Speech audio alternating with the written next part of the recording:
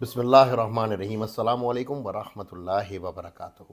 آج ہماری نشست دویم ہے حضرت گلزار حسین قادری صاحب کے ساتھ، جو کہ خلیفہ ہیں مفتی اعظم ہند اعلیٰ حضرت کے چھوٹے صاحبزادے مصطفیٰ رضا خان علیہ رحمہ کے۔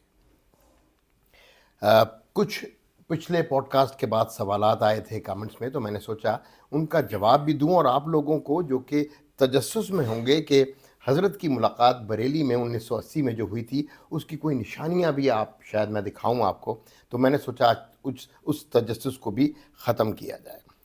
تو حضرت آپ خود ہی بیان فرمائیے کہ آج آپ لوگوں کو ہمارے ساتھ مل کے کس ایسے نوادر کی یا کس چیز کی زیارت کرا رہے ہیں؟ الحمدللہ رب العالمین والصلاة والسلام علی سید الانبیاء والمرسلین وخاتم النبیین ورحمۃ للعالمین وروح العالمین وعلی آلہ واصحابہ اجمعین۔ بسم اللہ الرحمن الرحیم۔ رب اشرح لی صدری ویسر لی امری واحلل عقدۃ من لسانی یفقہوا قولی۔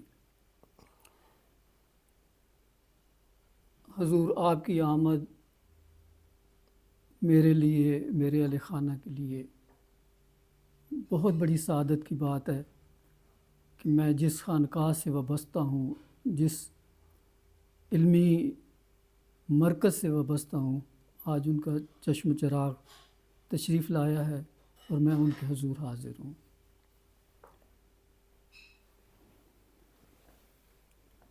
جیسا کہ میں نے ذکر کیا تھا، 19 مئی 1980 کو ہمارا قافلہ لاہور سے بریلی شریف روانہ ہوا، اور رات بھر کے سفر کے بعد اگلے دن ہماری بریلی شریف حاضری ہوئی، اور حضور مفتی اعظم ہند رحمۃ اللہ تعالیٰ علیہ سے شرف ملاقات ہوا، سعادت ملی آپ کی دستبوسی کی، آپ کے ہاتھ میں ہاتھ دینے کی، اور آپ سے سلسلہ قادریہ برکاتیہ میں بیعت ہونے کی، اور آخر میں آپ کی طرف سے عظیم شان تحفہ اس رنگ میں عطا ہوا کہ آپ نے مجھے خلافت و اجازت سے سرفراز فرمایا۔ جیسا کہ میں نے عرض کیا تھا کہ ہمیں خرقہ کے طور پر کچھ رومال اور کچھ آپ کی جو ہے سر مبارک پر رکھنے والی ٹوپیاں عطا کی گئی تھیں، تو آج میں ان ٹوپیوں کی زیارت کرواتا ہوں آپ سب کو۔ یہ حضور مفتی اعظم ہند رحمۃ اللہ تعالیٰ علیہ نے کے استعمال میں تھی، اور ان کی طرف سے یہ مجھے عطا ہوئیں۔ اس کے بعد ہفتہ 10 دن کے بعد مجھے سند خلافت بریلی شریف سے جامعہ نظامیہ کے معرفت موصول ہوئی تھی، اور آج ہم اس کی بھی آپ کو زیارت کرواتے ہیں۔ اس زمانے میں مفتی اعظم پاکستان حضرت مفتی عبدالقیوم ہزاروی رحمۃ اللہ تعالیٰ علیہ اس جامعہ کے محتمم بھی تھے اور روح رواں بھی تھے، اور ان کے ساتھ حضرت شیخ الحدیث عبدالحکیم شرف قادری رحمۃ اللہ تعالیٰ علیہ ان کے دست بازو تھے، اور اس زمانے میں جامعہ نظامیہ اپنے عروج پر تھا، اور وہاں سے اعلیٰ حضرت عظیم البرکت رحمۃ اللہ تعالیٰ علیہ پر مرکزی مجلس رضا کی معاونت سے حضرت حکیم محمد موسیٰ امرتسری رحمۃ اللہ علیہ کی قیادت میں یہ مشن شروع ہوا، اور وہ دیکھتے ہی دیکھتے بڑی سرعت کے ساتھ تحقیقی مواد امام احمد رضا رحمۃ اللہ تعالیٰ علیہ پر اور آپ کی کتب پر لے آیا، جس کی تقسیم پورے بر صغیر میں ہوئی، یہاں تک کہ یورپ کے بڑی یونیورسٹیوں میں اور بڑی لائبریریوں میں بھی یہ کتابیں بھیجی گئیں، اور ان کی تعداد لاکھوں میں ہے۔ سینکڑوں کتابیں شائع ہوئیں اور کتابیں لکھی گئیں، اور لاکھوں کی تعداد میں وہ تقسیم کی گئی. سبحان اللہ. جی. اور حضور مفتی اعظم ہند رحمۃ اللہ تعالیٰ علیہ ایک روشن چہرہ، ایک دل کو لبھانے والا چہرہ. آپ کے دست اقدس میں میں نے ہاتھ دیے، میں آج بھی وہ ٹھنڈک محسوس کرتا ہوں. دوسرا میں چھوٹا سا عرض کروں گا کہ پچھلی نشست میں اعلی حضرت عظیم البرکت رحمۃ اللہ علیہ کے بھائی استاد زمن حضرت حسن رضا خان صاحب رحمۃ اللہ علیہ کے صاحبزادے کا ذکر ہوا تھا. ان کا نام حسنین رضا خان صاحب تھا، اور یہ بھی امام احمد رضا خان رحمۃ اللہ تعالیٰ علیہ کے خلیفہ تھے، اور پھر ان کے صاحبزادے مفتی تحسین رضا خان صاحب تھے. تو بس یادداشت کا مسئلہ تھا شاید کہ بار بار حضرت حسنین رضا خان صاحب رحمۃ اللہ علیہ کی جگہ میں حضرت تحسین رضا خان صاحب کا نام لیتا رہا، جس کی تحصیل کر لی جائے. جزاک اللہ سر. یہ حضرت پھر ہم تھوڑی سی زیارت پہ بھی بات چیت کرتے ہیں، اور یہ حضرت آپ خود کھولیے، کیونکہ یہ آپ کو تحفتاً ملے تھے تو میرا نہیں، آپ کا حق زیادہ بنتا ہے اس حضرت پر. یہ سب آپ کا ہی حق ہے، یہ آپ لوگوں کی برکات ہیں. بسم اللہ الرحمن الرحیم.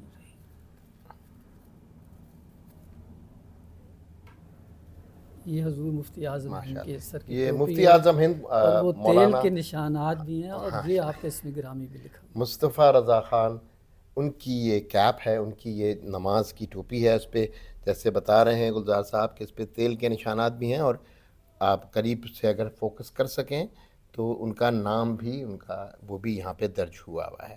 اور یہ دو ٹوپیاں ہیں مفتی اعظم ہند حضرت مصطفیٰ رضا خان علیہ رحمہ کی، شہزادہ اعلیٰ حضرت. شہزادہ اعلیٰ حضرت. اچھا، اس میں ان تبرکات میں جو ایک بہت ہی امپورٹنٹ چیز مجھے ملی، وہ جو مجھے حضرت نے پروگرام شروع کرنے سے پہلے بتائی، وہ یہ دو کیسٹس ہیں.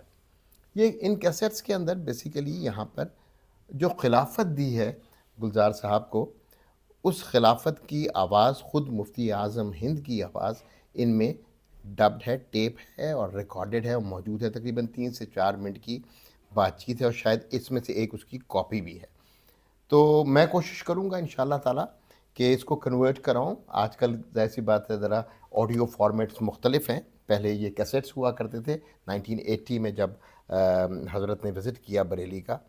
تو اس کو انشاءاللہ چینج کرا کے پھر میں آپ کو مفتی اعظم ہند کی آواز جو کہ خلافت عطا فرما رہے تھے گلزار صاحب کو، اس کی بھی جو کمپلیٹ صوتی کیفیت ہے اس کے ساتھ انشاءاللہ آپ کو ضرور آپ کو اس کے بارے میں بتاؤں گا. اچھا، جو سند کے بارے میں بھی بات چیت ہوئی تھی وہ بھی میں دکھانا چاہوں گا. یہ سند ہے جو گلزار صاحب کو ماشاءاللہ سے عطا کی حضرت مفتی اعظم ہند مصطفیٰ رضا خان علیہ رحمہ نے اپنے ہاتھوں سے، قادری برکاتی سلسلے کی. تو یہ ماشاءاللہ سے یہ بھی ہمارے پاس موجود ہے. تو بہت سارے لوگوں کے سوالات تھے اور حق بجانب تھے وہ، کہ یہ جو کلیم کیا جا رہا آیا ایسا ہے بھی کہ نہیں.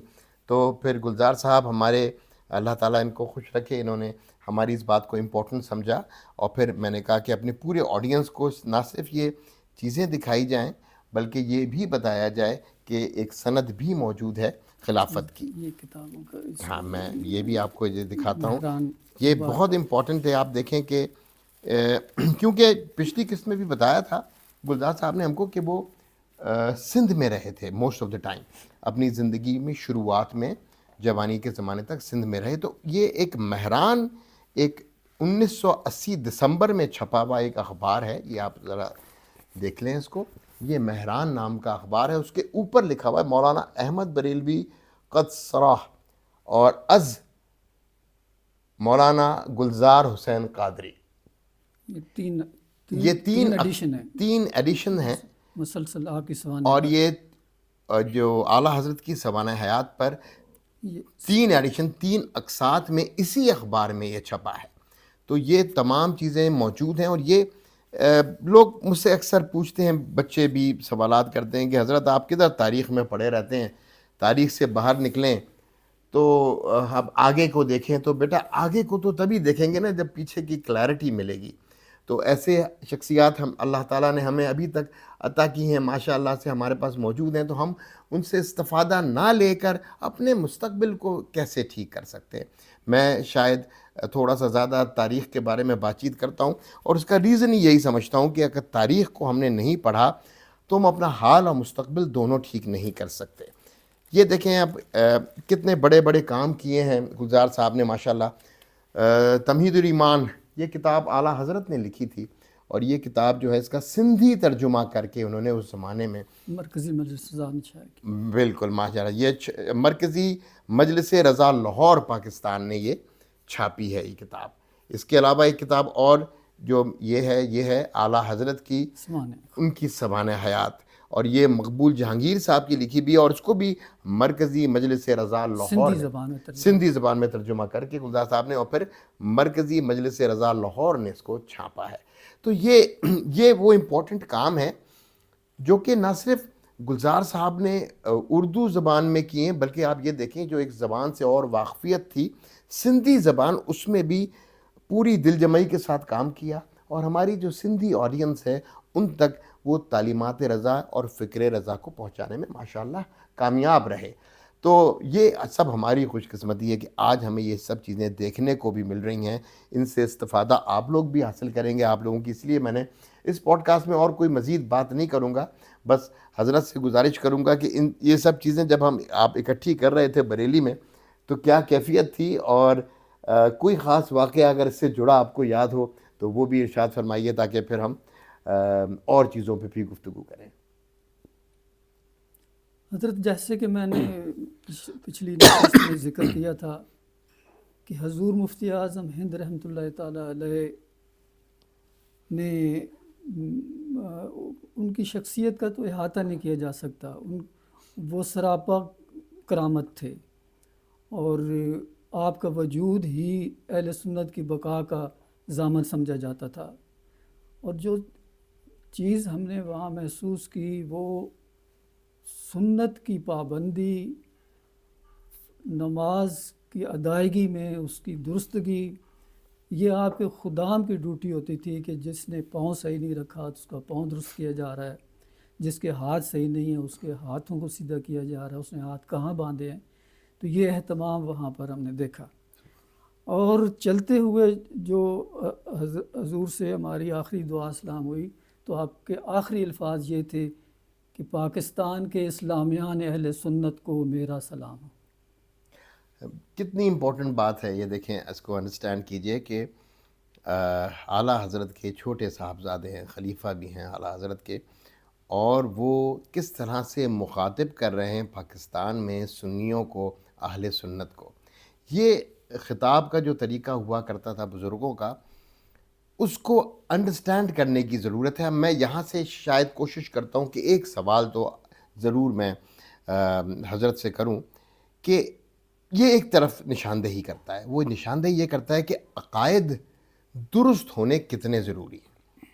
تو حضور اس سلسلے میں آپ کیا کہیں گے کہ یہ یقیناً عقیدے کا ہی معاملہ ہے، جس طرح مخاطب کیا مفتی مصطفیٰ رضا خان صاحب نے پاکستان کے مسلمانوں کو، تو کیا آپ سمجھتے ہیں حضرت، کیا عقائد کا ضروری ہونا واقعی کیا بہت ضروری بات ہے؟ حضرت میں یہ عرض کروں کہ اسلام کی جو بنیاد ہے وہ عقیدہ درست ہونے پر ہے۔ یہ عقیدہ ہے کہ اللہ کے علاوہ کوئی معبود نہیں، تو اس میں اگر کوئی کجی رہ جائے تو اسلام پیچھے رہ جاتا ہے۔ محمد الرسول اللہ، اللہ کے رسول ہیں، تو یہ عقیدہ ہے، قیامت عقیدہ ہے، ایمان لانا فرشتوں پر عقیدہ ہے، حج بیت اللہ کی سعادت حاصل کرنا صاحب استطاعت پر یہ عقیدہ ہے۔ اسی طرح پھر میں یوں کہا کرتا ہوں کہ لا الہ الا اللہ محمد الرسول اللہ ہمارے اللہ کے درمیان ایک چارٹر آف جو ایگریمنٹ ہے، یہ اس کو عنوان ہے، لا الہ الا اللہ محمد الرسول اللہ۔ اس کے نیچے بہت ساری شکیں ہیں، اگر ان شکوں میں سے کوئی ایک شک وائلیٹ کی جائے تو وہ ایگریمنٹ نل اینڈ وائڈ ہو جاتا ہے۔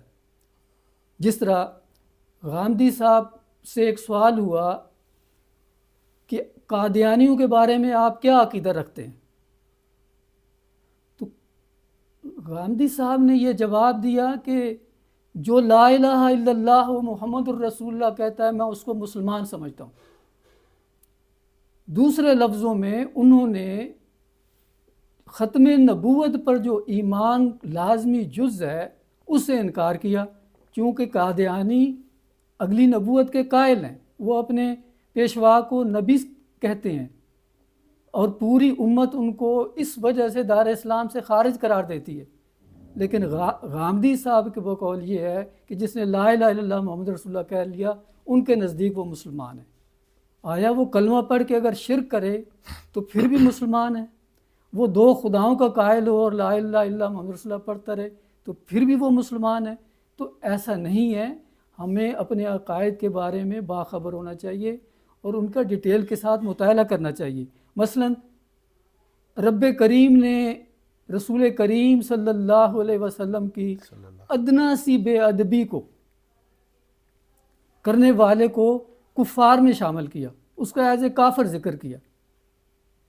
تو کیا لا الہ الا اللہ محمد رسول اللہ کہنے کے بعد اللہ تعالیٰ کی ذات میں کوئی تنقیص کرنا یا رسول کریم صلی اللہ تعالیٰ علیہ وسلم کی ذات کے بارے میں کچھ باتیں کرنا ایسی جو آپ کی شان نہیں، تو کیا اسلام رہتا ہے، دین رہتا ہے؟